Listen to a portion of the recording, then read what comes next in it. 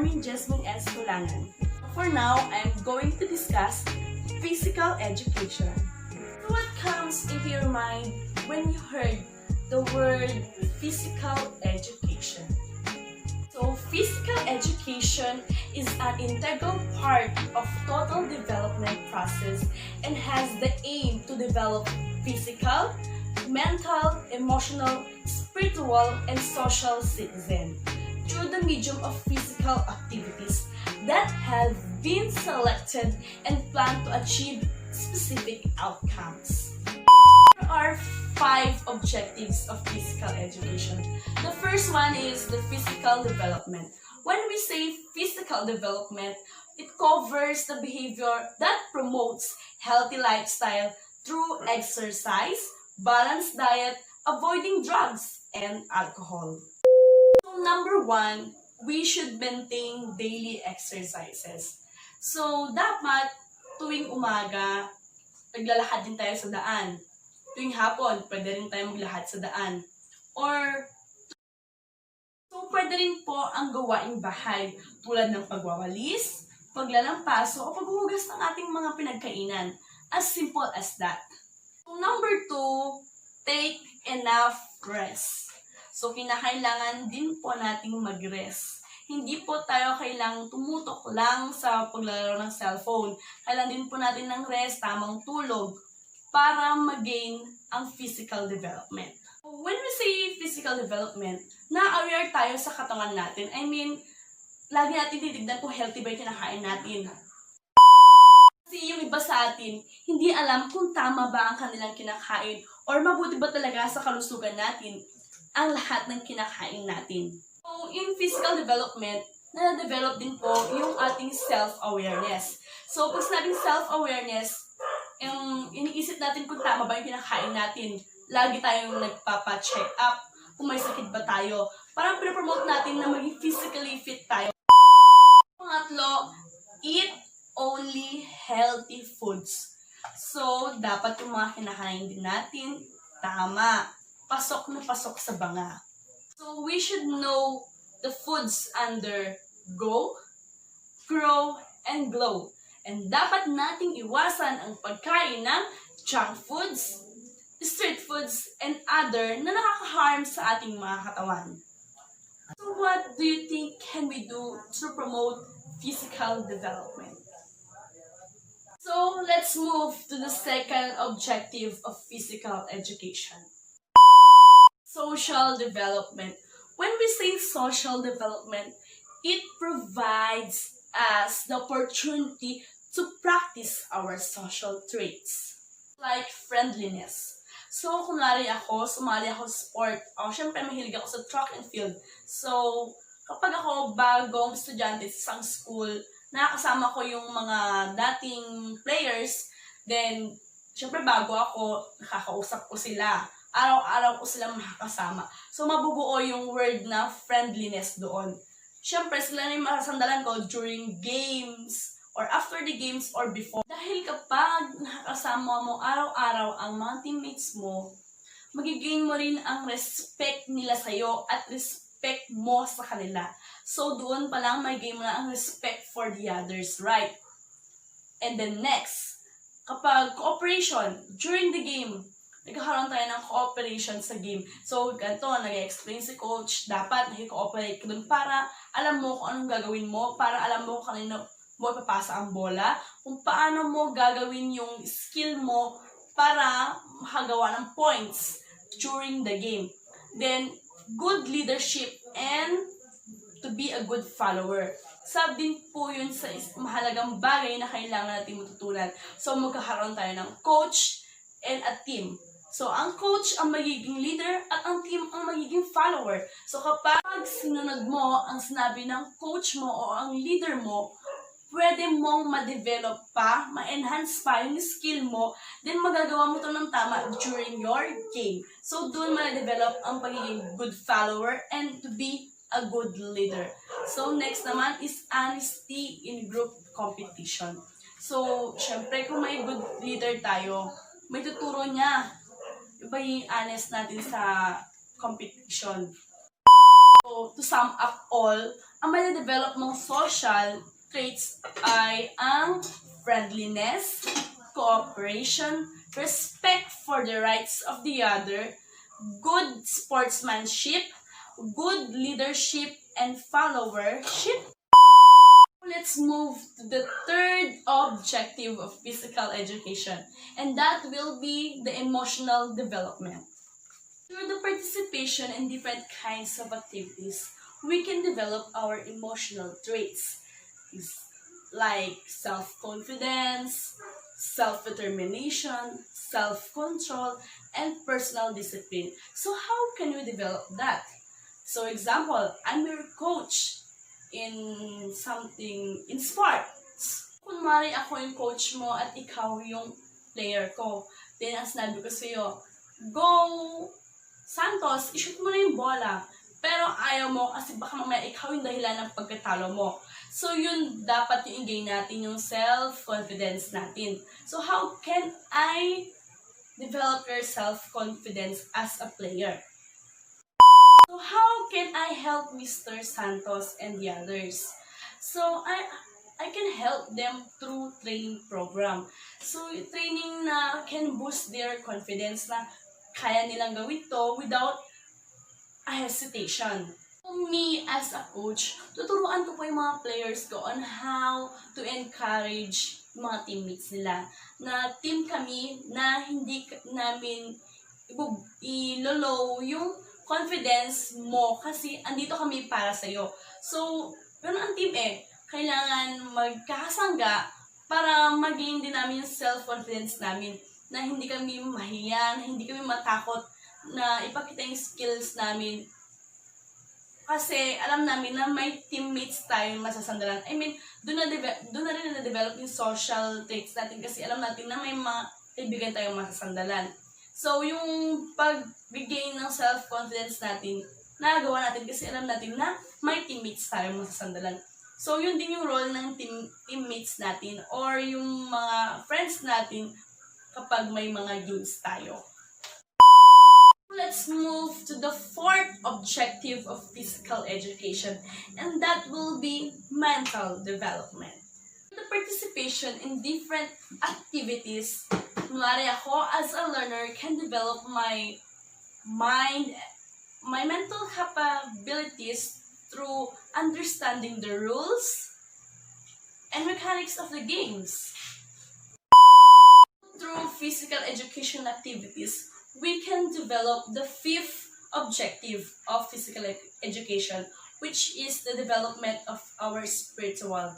Then, it covers the relationship between man to God and God to man, or our prayer.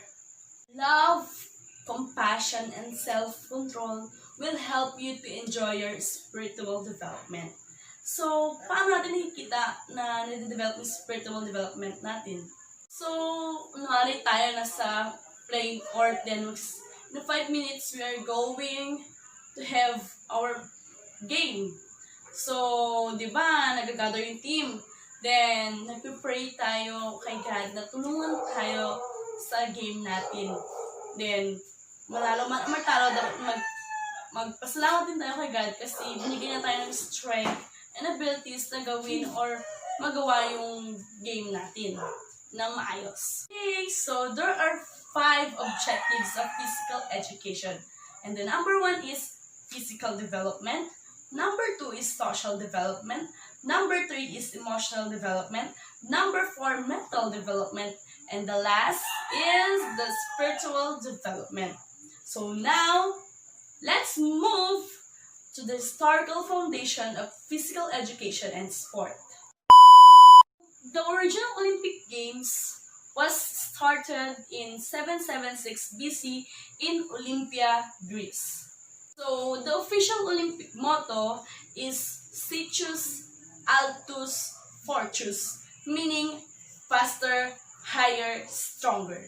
So, kapag napansin nyo, may 5 rings po yung Olympic rings.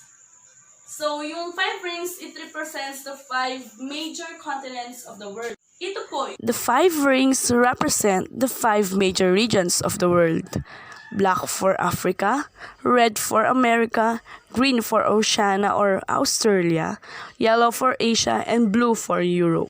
Upon winning the games, the victor would have not only the prestige of being in first place, but would also be presented with a crown of olive leaves.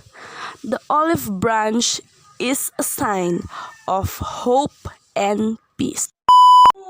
Ano sa tingin nyo ang rason bakit may physical education sa Philippines? Bakit isama siya sa general education natin? So, according to Article 14, Section 19 of 1987 Constitution of the Philippines, the state shall promote physical education and encourage sports programs, league competitions, and amateur sports including training for international competition to foster self-discipline, teamwork, excellence, for the development of a healthy and alert citizenry. So, kaya po, pinapatupad ng mga schools natin, kaya nagkakaroon tayo ng intrams, then pagkatapos ng intrams, regional, then palarong pambansa. Kaya po tayo nagkakaroon dun to develop our physical ability. To develop the skills of the student. Yes, sports. Sports has the biggest role to develop our physical body, mind, emotional, spiritual, and social traits. So, ano nga ba ang sport? What is sport? Sport is about a range of specific activities which involves competition and require physical conditioning and skills. People often take game and sport as to be the same one. However, game and sport are entirely different. Sport is carried out under an agreed set of rules, while game is for recreational activities. Individual and dual sport. It is a sport where you play as one team, and it refers to a sport in which participants are complete as an individual and dual sport. So, individual sport, it demonstrates competency in motor skills and movement patterns needed to successfully participate in selected individual sports. So, in this kind of sport, it values the physical activity for health, enjoyment, challenge, self-expression, and social interaction. So, let's move to badminton. So, what is badminton? Badminton is a racket sport played using rackets to hit a shuttlecock across a net. Although it may be played with larger teams, the most common forms of badminton are singles, with one player per side, and doubles with two players per side. So, let's go deeper about badminton. Let's talk about the history of badminton. Badminton was invented long ago, a form of sport in ancient Greece and Egypt. The game was called Puna in India during the 18th century, and British Army officers stationed there took the Indian version back to England in the 1860s. So the old name of badminton is Puna. In 1934, the International Badminton Federation, or IBF, was organized, but later it was changed by Badminton World Federation. Badminton was first contested as an official Olympic sport at the 1992 Olympic Games in Barcelona, Spain. A badminton match comprises the best of 3 games, so it means you should win 2 sets or 3 sets in a 1 game. A coin is tossed before the first game, and the winner of the toss may serve first or pick an end of the court. So if player A wins the toss, she or he will pick between serve first or pick an end of the court. In classic scoring format, the winning team needs 15 points in doubles and in men's single or 11 women's single. But in the new rally point scoring format that just recently adopted and used for major tournaments, the winning team needs 21 points to win the match. So, sa mga laro ngayon, 21 points na po ang kailangan to win a match. Let's talk about the court and equipments of badminton. So, the court dimensions of badminton is 44 feet by 22 feet doubles and 44 feet by 17 feet sa singles. So, let's talk naman how about the net height. 5 feet by 1 inch on the sides and 5 feet on the center of the court. Okay, let's talk about the shuttlecock. The shuttlecock consists of 14 to 16 feathers. So, it has a cork base of the different softwood, then hard and touch basement, special conical shape, and a flexible structure. Okay, let's talk naman about the racket. So, kapag hinawakan mo yung racket, makikita mo yung tinatawag na frame. Then, the handle, yung inahawakan. Yung shaft niya is parang stem. Then, yung throat nung racket, makikita nyo doon. Then, yung head, yung bilog. Then, yung string area, yung may string. That's the whole part of the racket. A rally is won when a shuttle is hit over the net and onto the floor of the opponent's court. A rally is lost if the shuttle is hit into the net or over the net but outside of the opponent's court. A rally is lost if the shuttle touches the player's cloth or body or it is hit before it crosses over the net. So, when we say rally, nagpi-play lang ang rally during if the server serve the racket. The server serve the shuttlecock, then the rally starts na. Then magkakaroon lang ng points kapag hindi natamaan yung racket, then the shuttle is lost. Matches comprise of the best of 3 games. Each game starts at 0-0, traditionally called love all. So, kapag narinig yun yung salitang love pag naglalaro tayo ng badminton, ibig sabihin 0. Kunwari, 1, love. Song score is 1-0. Kaya, 0-0 ang tawag, love, all. So, 2 0 yung dalawang magkalaban na player. Okay, let's go to the techniques on how to hold a racket. So, let's watch this.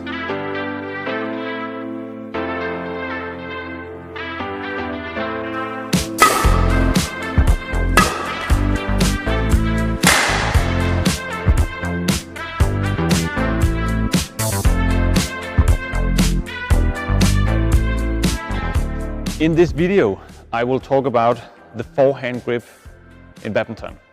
The forehand grip is the most used grip in badminton. This is where it all starts. When you are a beginner, a small child, you always start by learning the forehand grip.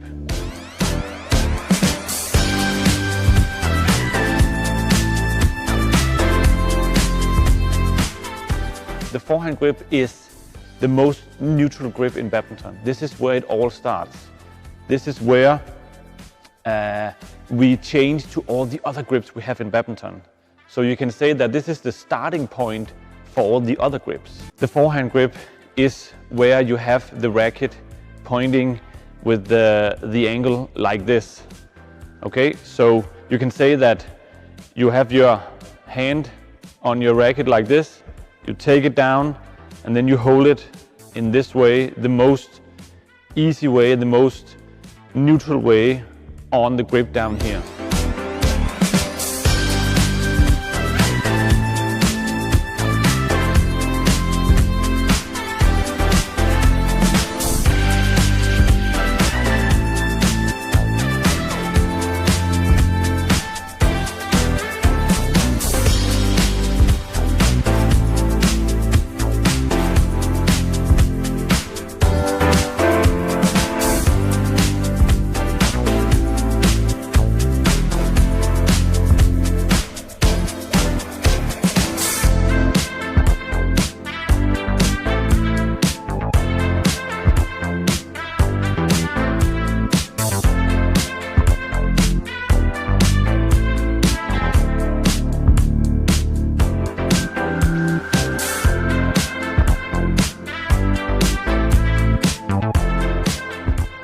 it's very important also to mention that the wrist needs to have a small angle on it to hold it the best possible way. If you hold it like this, where the wrist is bended, it's very tricky for you to do good strokes in badminton. It's very tricky for you to add power in your strokes. You might know that this is the wrong way to hit a forehand overhead shot. That is why it's so important in the beginning, when you learn all these stuff, to really change it to the forehand grip, because we need to add the rotation in the forearm when we do the swing for all the smashes and all the clears. The fingers, these 4 fingers, they are very important that they are not all together like this. Have some air between the fingers, especially these 2 fingers when you have the forehand grip. The thumb is on this side, doing all the control in the shots. Most shots in badminton is the overhead shots, the clears and the smash and the drops. And that is where we use the forehand grip. Of course, in certain situations we can switch the grip just a little bit depending on where we are on court. But in general, the starting position, the starting point is the forehand grip. So that's also some of these shots I will mention and show you in this video. That is of course all the overhead shots.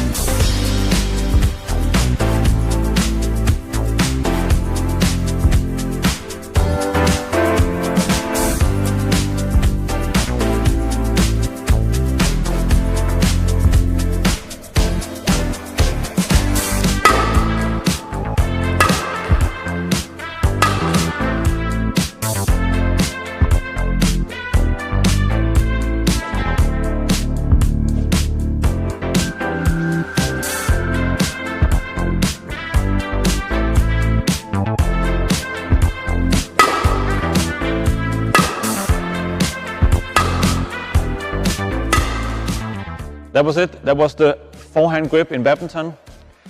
Please also watch our other videos about some of the other grips we have in badminton we use. You can find the link below in the description. So thanks a lot for watching, and please just ask questions below. I will do my best answering them as soon as possible. And if you're not following us on our channel, please subscribe and hit the small bell to get all the future videos for us. Take care until next time. Bye. This video explains backhand grips in detail. The second video concentrates on the backhand stroke. The third video combines grip and stroke in basic backhand training.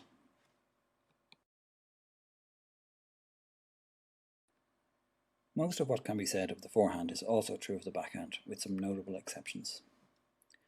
This video is divided into standard backhand grip, grip rotation, other modifications, and technical advice. All backhand grips are based on the standard backhand grip. Here's how it's made. Lay your fingers on the strings of the racket. Guide your fingers down the racket to the base of the handle. Slide the handle across your fingers until it rests against the palm. Curl your forefingers around the handle.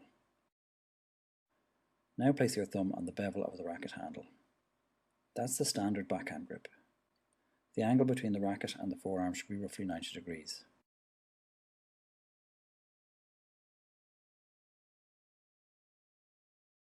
Look at the angle between the forearm and the back of the hand in this frame. This is called wrist extension, and it should be kept constant in most strokes. Another feature of the standard backhand grip is that the racket face is parallel to the forearm during the stroke. Notice that to swap between the standard backhand grip and the standard forehand grip, you only need to adjust the positions of the index finger and the thumb.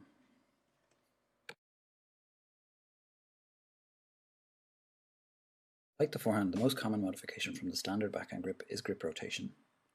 The grip may be rotated so that the racket faces the intended direction of the shuttle at the moment of impact, or it may be rotated so that the shuttle travels at an angle to the racket face at the moment of impact. This is referred to as cutting the shuttle.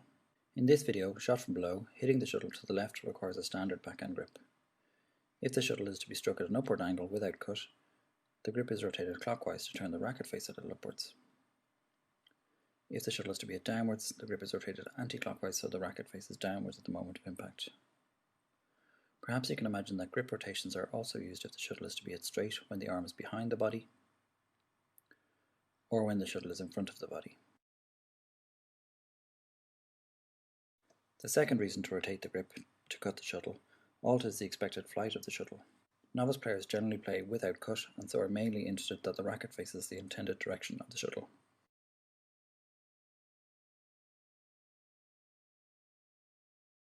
The other modifications from the standard backhand grip are similar to the forehand ones.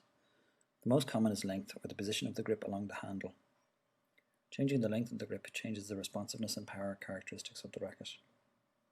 A longer grip makes for less responsiveness and more power. An extra long grip can be useful to reach a distant shuttle. Shortening the grip makes for more responsiveness and less power.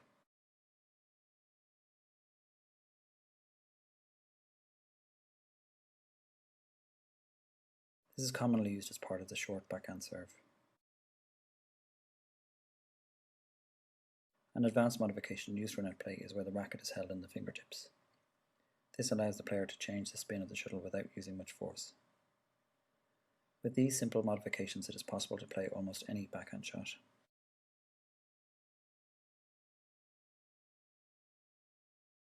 An important thing to note about backhand grip is muscle tension.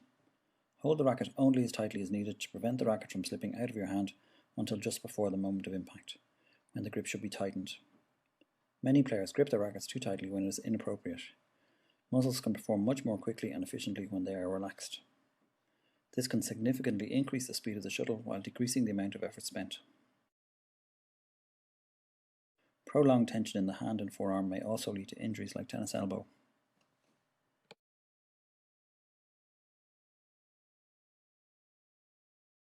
So